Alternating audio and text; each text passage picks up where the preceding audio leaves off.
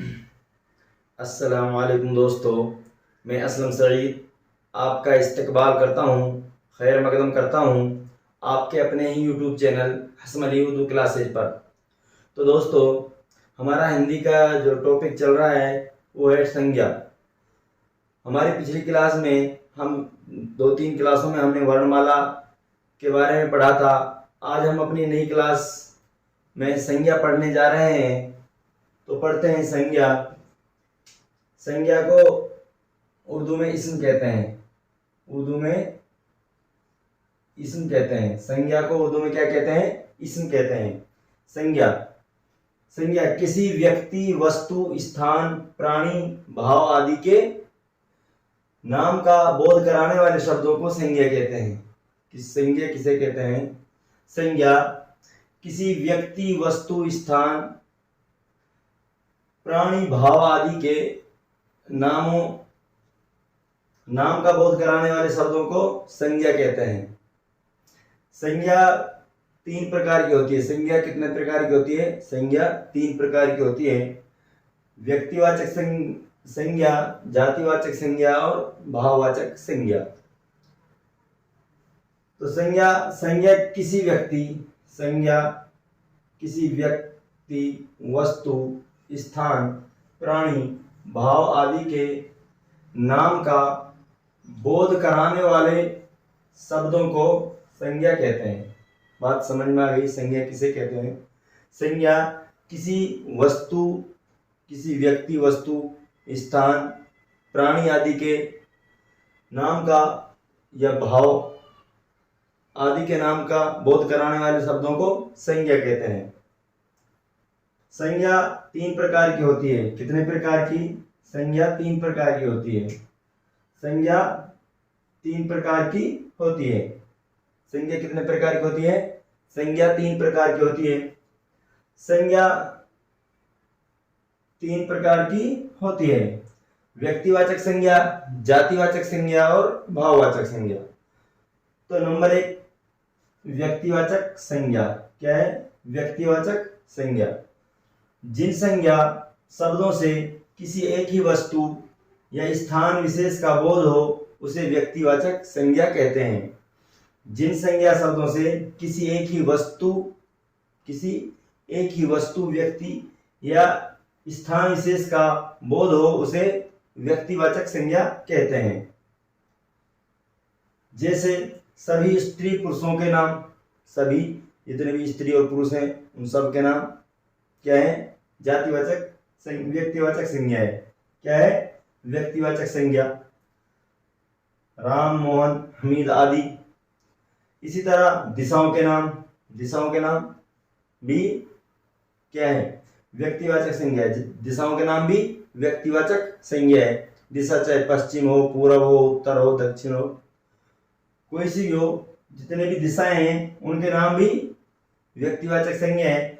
इसी तरह देशों के नाम, जितने भी देश हैं, चीन है, जापान है, पाकिस्तान है, अफगानिस्तान है, तुर्की है, अमेरिका है, कोई भी देश हो, जितने भी देश हैं, कहीं पर भी देशों का नाम आएगा तो वहां पे कौन सी संज्ञा होगी? वहां भी व्यक्तिवाचक संज्ञा होगी। क्या होगी? व्यक्तिवाचक संज्ञा होगी। इसी तरह सभी नदियों के नाम, नदियां चाहे गंगा हो, जमुना हो, ब्रह्मपुत्र हो, सरस्वती हो या चिनाब हो, कोई सी भी नदी, किसी भी नदी का नाम आए तो वहां पे कौन सी संज्ञा होगी? वहां पे व्यक्तिवाचक संज्ञा होगी। इसी तरह सागरों के नाम, जितने भी सागर हैं सब व्यक्तिवाचक संज्ञा है। इसी तरह पर्वतों के नाम, पर्वत, जितने भी पर्वत हैं सब क्या है? व्यक्तिवाचक संज्ञा है। इसी तरह नगरों के नाम, अगर नगर आ गए कहीं पर, क्या आ जाए? नगर। क्या आ गया? नगर। कहीं पर नगर आ गया तो कौन सी संज्ञा होगी इसमें? नगर। खाली नगर आ गया तो इसमें जातिवाचक संज्ञा होगी। क्या होगी? जातिवाचक संज्ञा। इसमें क्या है?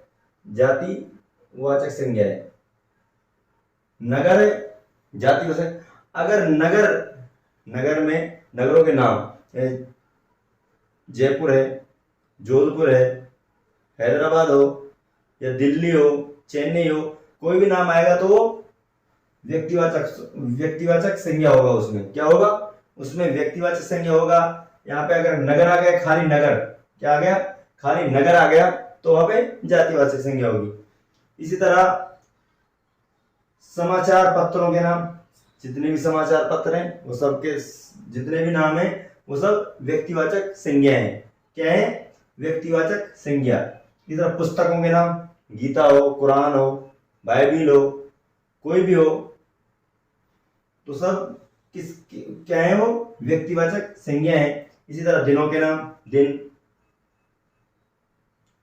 सोमवार है, मंगलवार है, बुधवार है, कोई भी हो तो वहां पे भी व्यक्तिवाचक संज्ञा ही आएगा। दिनों के नामों में क्या क्या आएगा? व्यक्तिवाचक संज्ञा आएगा। इसी तरह महीनों के नाम, जनवरी है, फरवरी है, मार्च है, अप्रैल है, कोई भी हो तो वहां भी व्यक्तिवाचक संज्ञा आएगा। इसी तरह ग्रह नक्षत्रों बृहस्पति है, शुक्र है, शनि है, कोई भी आएगा तो वहां भी व्यक्तिवाचक संज्ञा ही होगा।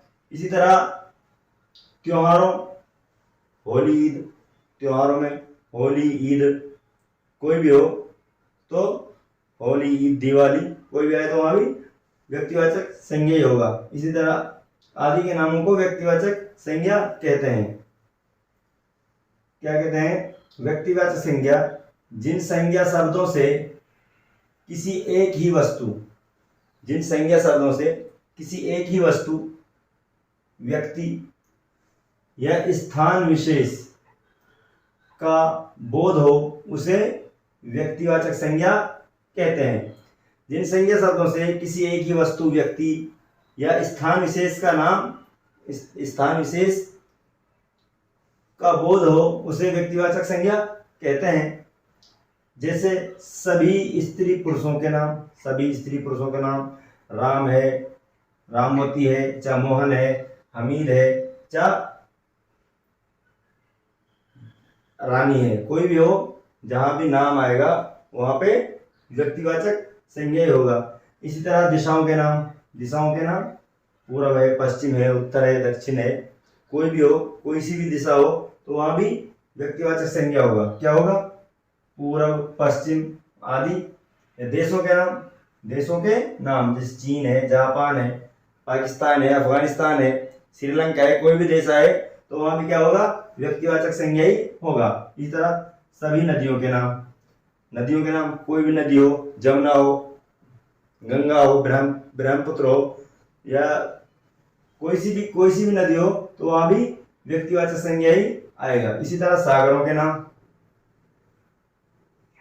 कोई सा भी सागर हो, अटलांटिक महासागर हो या हिंद महासागर हो, अरब महासागर हो, कोई सा भी सागर हो, उसमें व्यक्तिवाचक संज्ञा ही आएगा। इसी तरह पर्वतों के नाम और नगरों के नाम, समाचार पत्रों, पुस्तकों, दिनों, महीनों, ग्रह नक्षत्रों और त्योहारों, होली, ईद आदि के नामों को व्यक्तिवाचक संज्ञा कहते हैं। बात समझ में आई? बात आपको समझ में आ गई होगी। कोई भी नाम हो, व्यक्ति का नाम हो या देश का नाम हो, दिशाओं का नाम, सागरों का, कोई भी हो, उसमें व्यक्तिवाचक संज्ञा ही आएगा।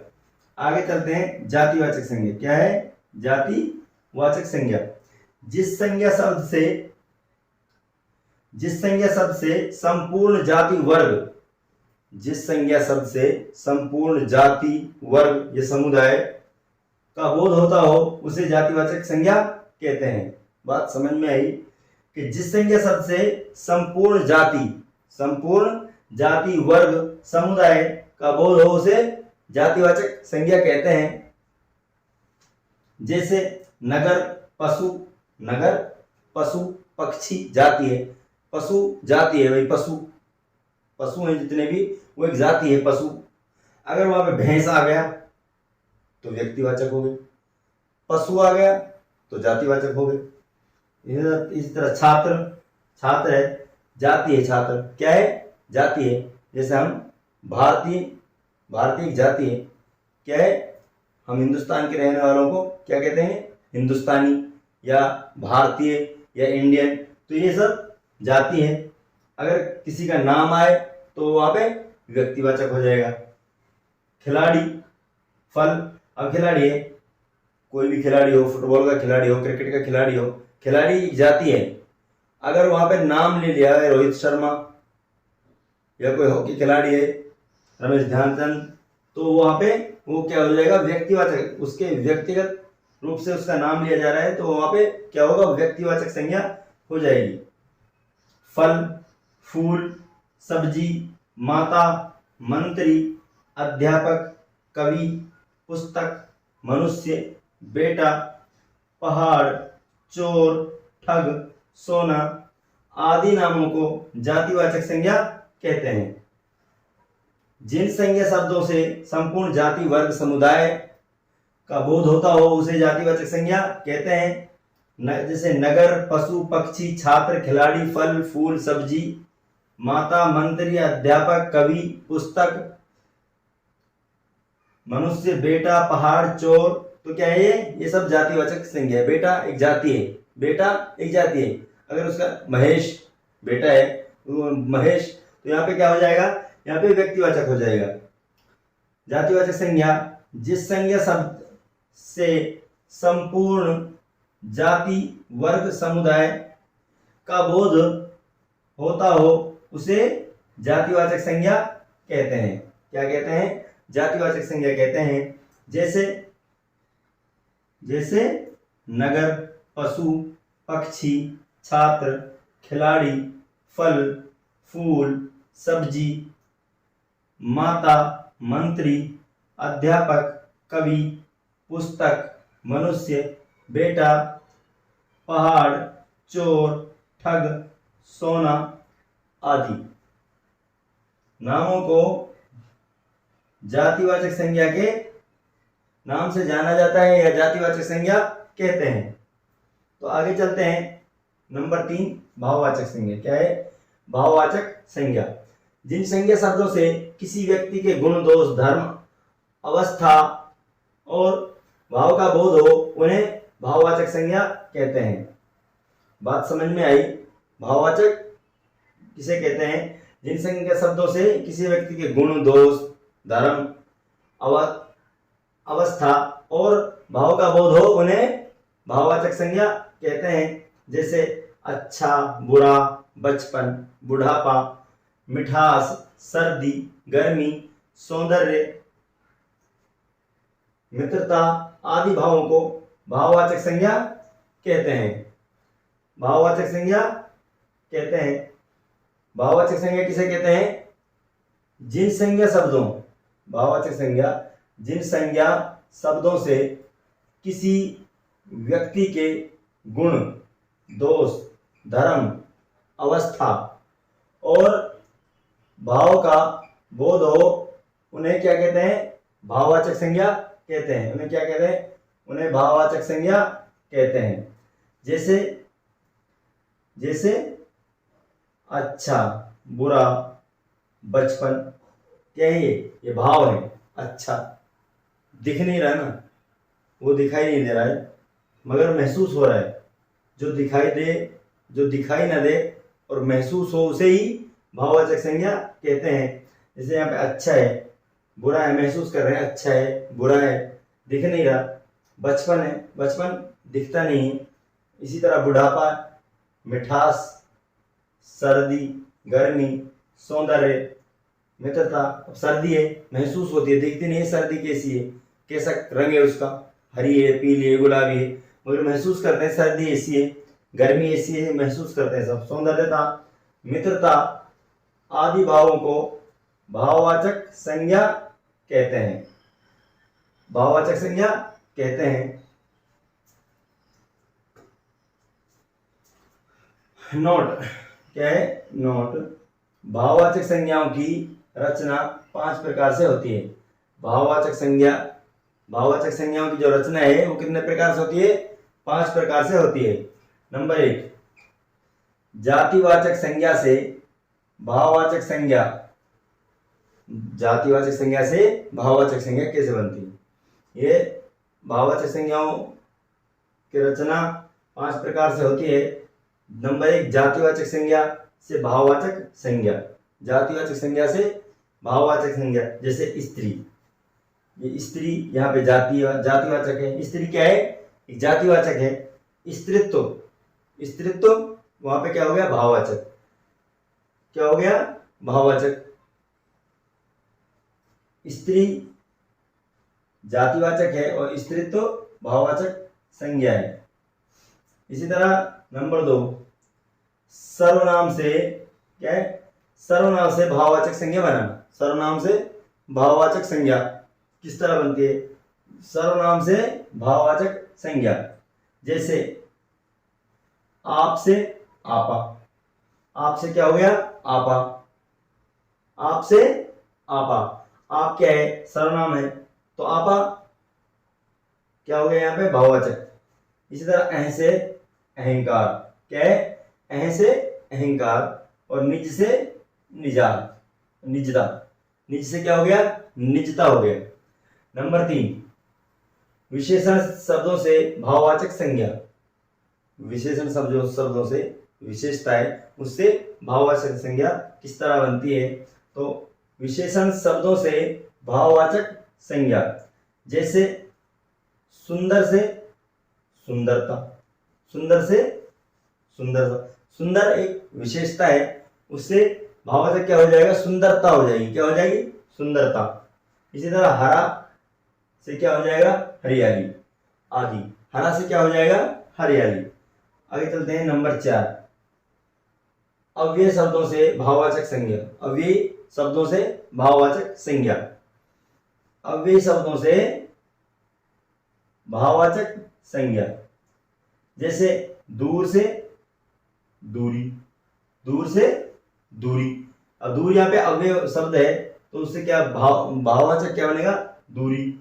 इसी तरह नीचा, नीचा से क्या बन जाएगा, नीचाई आदि। नंबर 5 क्रिया शब्दों से भाववाचक संज्ञा, क्रिया शब्दों से भाववाचक संज्ञा, क्रिया शब्दों से भाववाचक संज्ञा, जैसे बहना क्रिया है, बहना क्या है, क्रिया है, बहना है क्रिया है, और बहना से क्या हो गया, बहाव, क्या हो गया, बहाव, ये भाववाचक संज्ञा बन रही है क्रिया से। इसी तरह भूलना एक क्रिया है, भूलना से भूल आदि।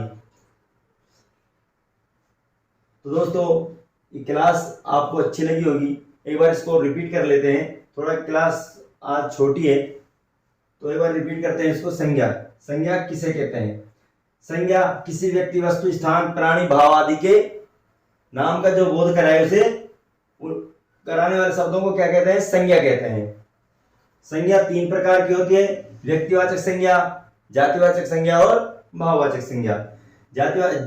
व्यक्तिवाचक संज्ञा जिन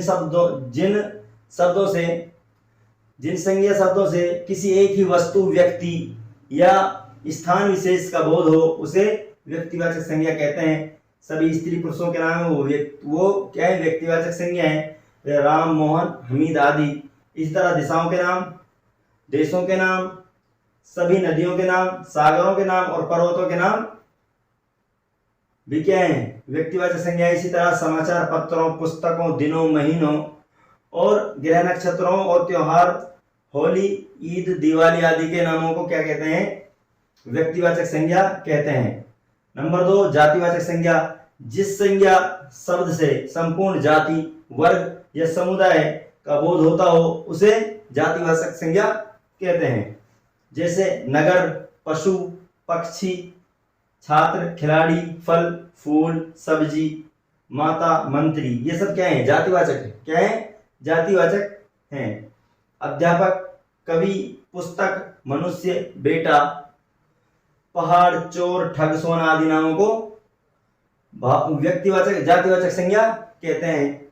आगे भाववाचक संज्ञा, जिन संज्ञा शब्दों से किसी व्यक्ति के गुण, दोष, धर्म, अवस्था और भाव का बोध हो उन्हें भाववाचक संज्ञा कहते हैं। जैसे अच्छा, बुरा, बचपन, बुढ़ापा, मिठास, सर्दी, गर्मी, सौंदर्य, मित्रता आदि भावों को भाववाचक संज्ञा कहते हैं।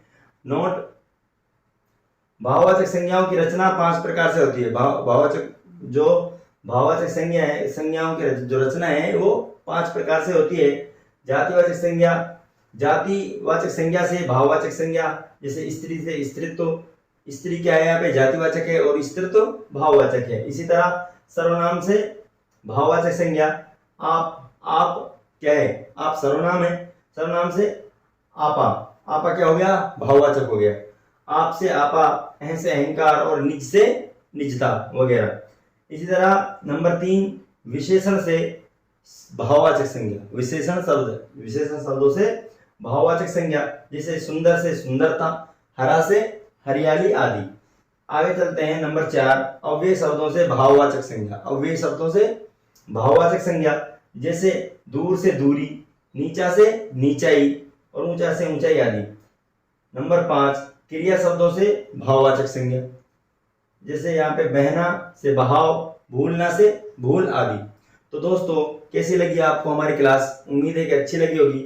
अगर क्लास अच्छी लगी है तो क्लास को लाइक करें और शेयर करें और ज़्यादा से ज़्यादा सब्सक्राइब करें, ताकि ज़्यादा से ज़्यादा लोगों को इसका फ़ायदा पहुँचे। और क्योंकि अभी हमारा जो एग्ज़ाम है वो सर पे आ चुका है, तो उसके लिए हमको ज़्यादा से ज़्यादा मेहनत करने की ज़रूरत है। और जो हमारी क्लासें हैं ये निःशुल्क क्लासें चल रही हैं, क्योंकि बहुत से छात्र ऐसे हैं कि जिनसे ऑनलाइन जो कोर्सेज के जो वो परचेज नहीं हो पाते, तो उनके लिए हमने ये क्लासें शुरू की हैं। तो अगली क्लास में आपसे फिर मुलाकात होगी, तब तक के लिए इजाज़त दीजिए। अल्लाह हाफिज़।